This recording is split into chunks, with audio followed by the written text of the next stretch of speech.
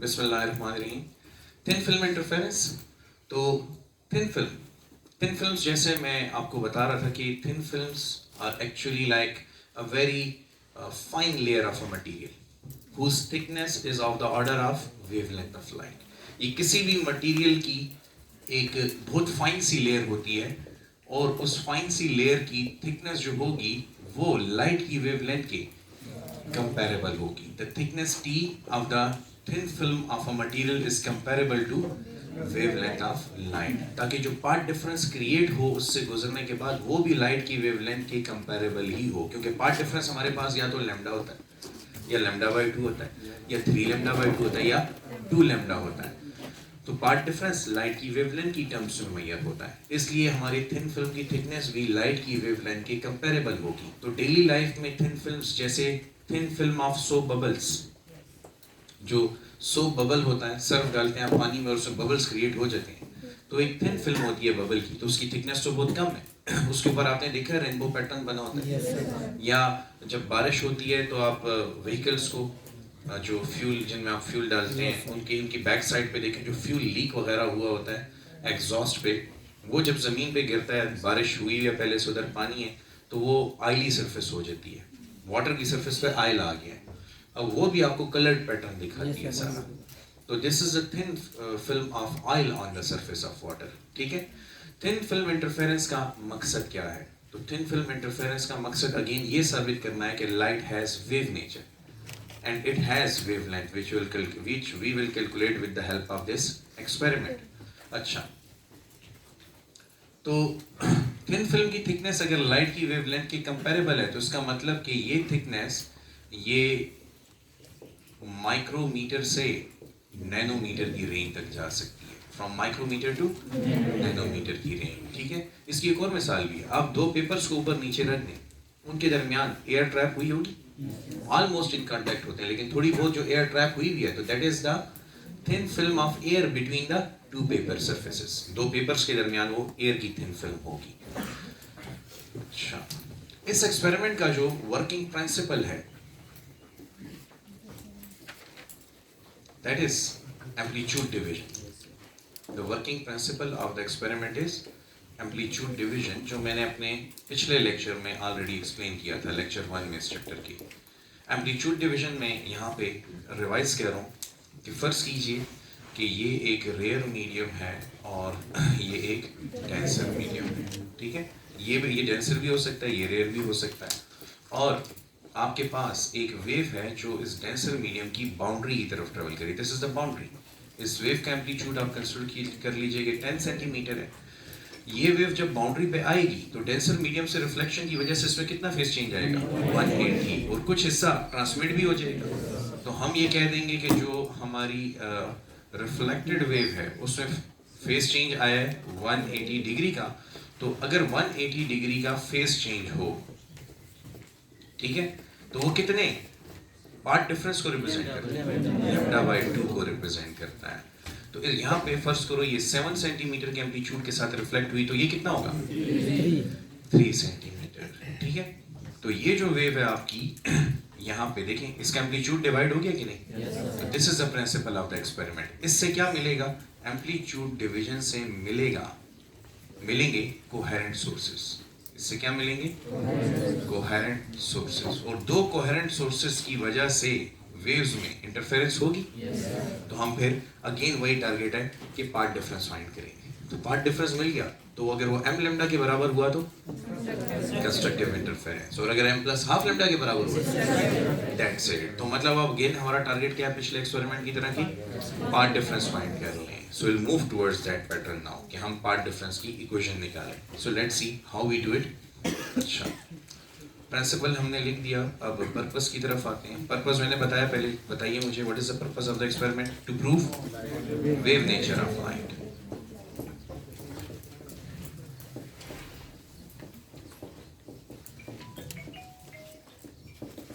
ठीक है, अच्छा, एक्सपेरिमेंटल सेटअप को देखिए, ये एक ग्लास स्लैब है, ये दूसरी ग्लास स्लैब है, और इन दो ग्लास स्लैब्स के दरमियान ये रेड कलर की जो मैंने ड्रॉ की है, it is a thin film of air which is trapped between these two glass slabs. अच्छा, इस थिन फिल्म ऑफ एयर की जो थिकनेस है वेरिएबल है, देख रहे हैं ना? जैसे जैसे आप आगे जा रहे हैं थिकनेस इंक्रीज हो रही है, और ये थिकनेस किस ऑर्डर में? माइक्रोमीटर से नैनोमीटर के ऑर्डर में। तो ये नजर नहीं आएगी आपको, लेकिन ये होगी सही। हमने उसको मैग्नीफाई करके ड्रॉ किया for the sake of studies, ठीक है। अब यहाँ पे हम कंसिडर करते हैं कि एक लाइट वेव आ रही है एट सर्टेन एंगल थीटा, तो ये कौन सा मीडियम है? रेयर। ग्लास के अंदर कौन सा मीडियम है? डेंसर। अच्छा, ये देखें जी, ये नॉर्मल है, this is the normal to the surface. अगर एक वेव रेयर से डेंसर मीडियम की तरफ आए तो it bends towards the normal, तो वो नॉर्मल की तरफ बेंड होगी, तो उसको हम बेंड कर देते हैं टुवर्ड्स द नॉर्मल। अब अगर आप यहाँ पे देखें तो ग्लास एयर इंटरफेस है, it is glass air interface या ग्लास एयर बाउंड्री, यानी पहले ग्लास आता है और फिर एयर आती है, तो इसको आप नाम दे दें पॉइंट ए का। अब मीडियम बदल रहा है ना, आप डेंसर से रेयर में जा रहे हैं, अच्छा, तो रिफ्लेक्शन भी होगा और ट्रांसमिशन भी होगी, तो पॉइंट ए के ऊपर एक वेव का एक हिस्सा रिफ्लेक्ट हो जाएगा, तो angle of incidence is equal to angle of reflection, तो ये वेव रिफ्लेक्ट होगी पॉइंट ए पर। और अब क्योंकि ये डेंसर से रेयर में जा रही है, total bend away from the normal, समझ आ गई? अच्छा, उसके बाद पॉइंट ए पर अगेन देखें, वेव क्योंकि रेयर से कौन से मीडियम में जा रही है? डेंसर मीडियम में, नहीं, डेंसर से रेयर में जा रही है। वेव क्योंकि डेंसर से रेयर में जा रही है, total bend towards the normal या अवे? ये डॉटेड लाइंस हमेशा नॉर्मल को रिप्रेजेंट करेंगी, तो it will bend away from the normal. तो देखो ना, जितना वो टुवर्ड्स द नॉर्मल बेंड हुई थी उतना वो अवे, तो ऐसा लगता है ये सीधी आ जाएगी, ठीक होगी बात? अच्छा, अब इस वेव को यहाँ पे लेके आए, तो this wave is already traveling in the air and it now meets which interface? Air glass interface। अब कौन सा इंटरफेस है? एयर ग्लास इंटरफेस, यानी पहले रे ऑलरेडी ग्लास में आ रही थी तो एयर से रिफ्लेक्ट हुई, अब रे ऑलरेडी एयर में आ रही है तो ग्लास से रिफ्लेक्ट होगी। ट्रांसमिशन भी होगा यहाँ पे, लेकिन ट्रांसमिटेड वेव मेरे काम की नहीं है, मैं सिर्फ रिफ्लेक्टेड वेव को देखूंगा, क्योंकि वो इधर रिफ्लेक्ट होके आएगी और इसके साथ इंटरफेरेंस करेगी, ये मेरी रे 1 बन जाएगी ताकि कोहेरेंट सोर्स मिल जाए। तो देखिए, angle of incidence is equal to angle of reflection, ठीक है। तो यहाँ पे पॉइंट बी पर वेव रिफ्लेक्ट हो गई, और ये कौन सा मीडियम था? डेंसर। तो डेंसर मीडियम की बाउंड्री पर कितना फेज चेंज? 180 डिग्री का, which is equal to a path difference of lambda by 2, लेकिन मैं उसको लिखता हूँ lambda n by 2। अब मैं उसको lambda n by 2 क्यों लिख रहा हूँ? क्योंकि जब वेव मीडियम में जाती है तो उसकी वेवलेंथ कम हो जाती है, कितने टाइम्स कम होती है? n times. अच्छा, if you remember the formula, refractive index is the ratio of speed of light in vacuum to speed of light in medium। तो इसको मैं Vn कह देता हूँ, Vn की वैल्यू अगर निकालें तो C by n होगी। अच्छा, Vn is equal to f lambda n, और C is equal to f lambda divided by n। कुछ कैंसिल हो रहा है? f और f कैंसिल, वेवलेंथ चेंज होती है लेकिन फ्रीक्वेंसी चेंज नहीं होती, ठीक है। सो अब अगर आप देखें तो लैम्डा n किसके बराबर होगा? लैम्डा बाय n के। तो ये आपका प्रूफ इस इक्वेशन के लिए। तो जब आप यहाँ पे देखते हैं तो रिफ्लेक्टेड वेव में कितना फेज चेंज आया? 180, which is equivalent to a path difference of lambda n by 2। Is it clear?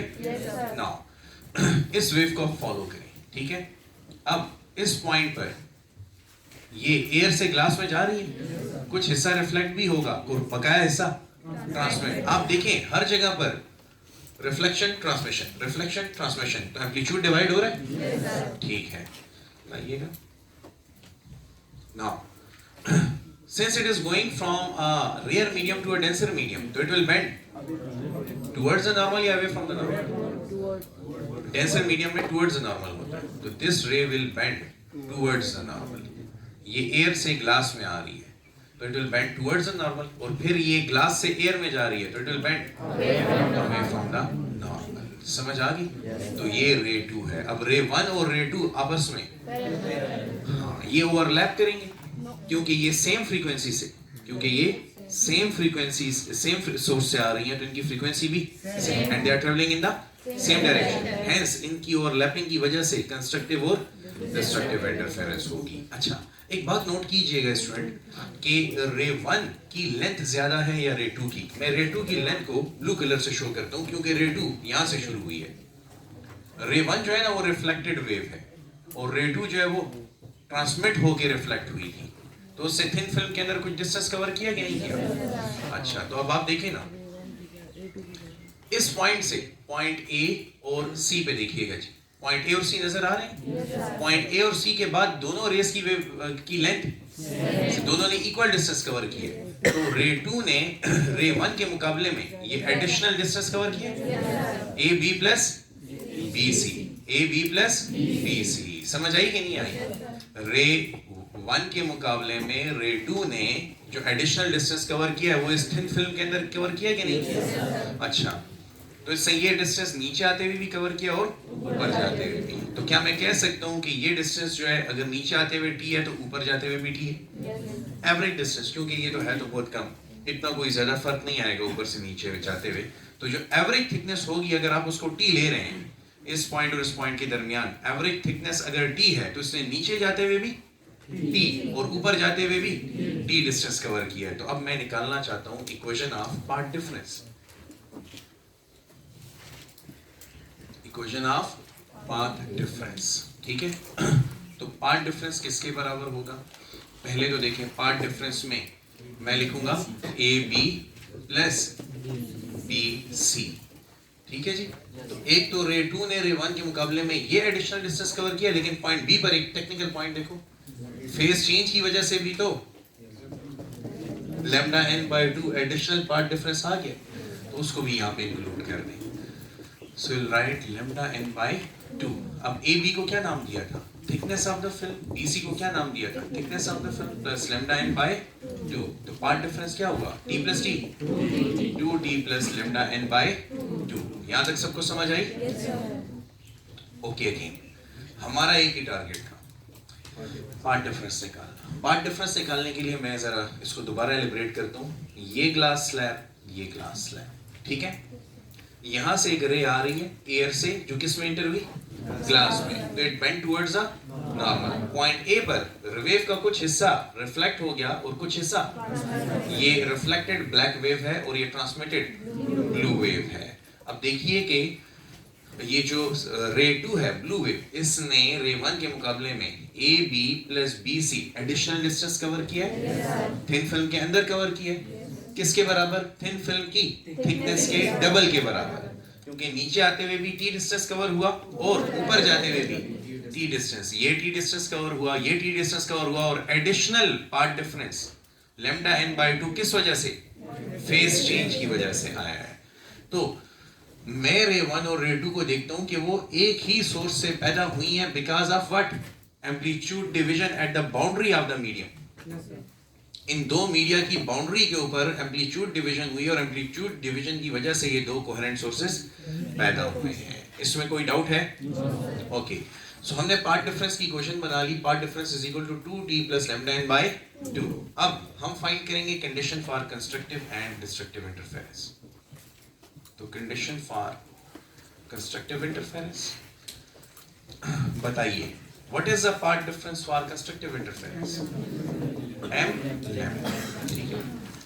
इसको आप इक्वेशन 1 का नाम दे दें, इसको आप इक्वेशन 2 का नाम दे दें। अब स्टूडेंट्स मुझे बताइए कि अगर कंस्ट्रक्टिव इंटरफेरेंस हुई तो ये पाथ डिफरेंस किसके बराबर होगा? m लैम्डा के। So we put 1 is equal to 2, so 2t plus lambda n by 2 is equal to m lambda। लेकिन क्योंकि वेव मीडियम में गई थी तो यहाँ पे भी lambda n लग जाएगा। ठीक होगी बात?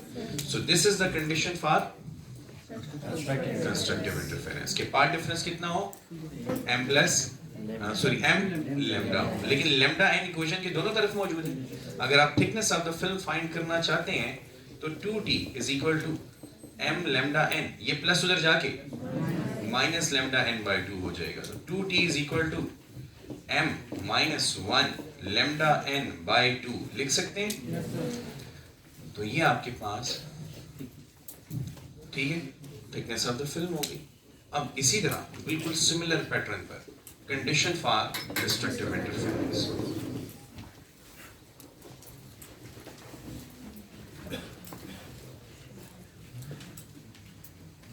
बताइए डिस्ट्रक्टिव इंटरफेरेंस के लिए कंडीशन क्या है? पाथ डिफरेंस कितना होना चाहिए? m plus half lambda n होना चाहिए। ठीक है, इसको इक्वेशन नंबर 3 का नाम दे देंगे, बल्कि ऐसा करें इसको 3 का नाम दे दें और इसको 4 का नाम दे दें। ठीक है, so we write 1 is equal to 4 and we get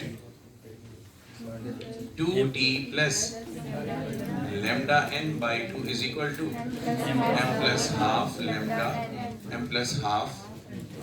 lambda n। इस lambda n को अंदर मल्टीप्लाई करें, 2t plus lambda n by 2 is equal to m lambda n plus lambda n by 2 cancel होंगे, 2t is equal to m lambda n। अच्छा, this is the condition for destructive interference and this is the equation for thickness। वैसे आप equation 3 और 4 का analysis करें ना जरा। अच्छा, दोनों में ये याद रखिएगा कि m की वैल्यू 1 2 3 4 ऐसे जाएगी। यहाँ पे m की वैल्यू 0 अलाउड नहीं है, क्योंकि इन दोनों वेज का पार्ट डिफरेंस कभी भी 0, चाहे फिल्म की थिकनेस 0 को अप्रोच भी करने लगे, ये पार्ट डिफरेंस 0 नहीं होगा, क्योंकि यहाँ पे 180 डिग्री का फेस चेंज आएगा।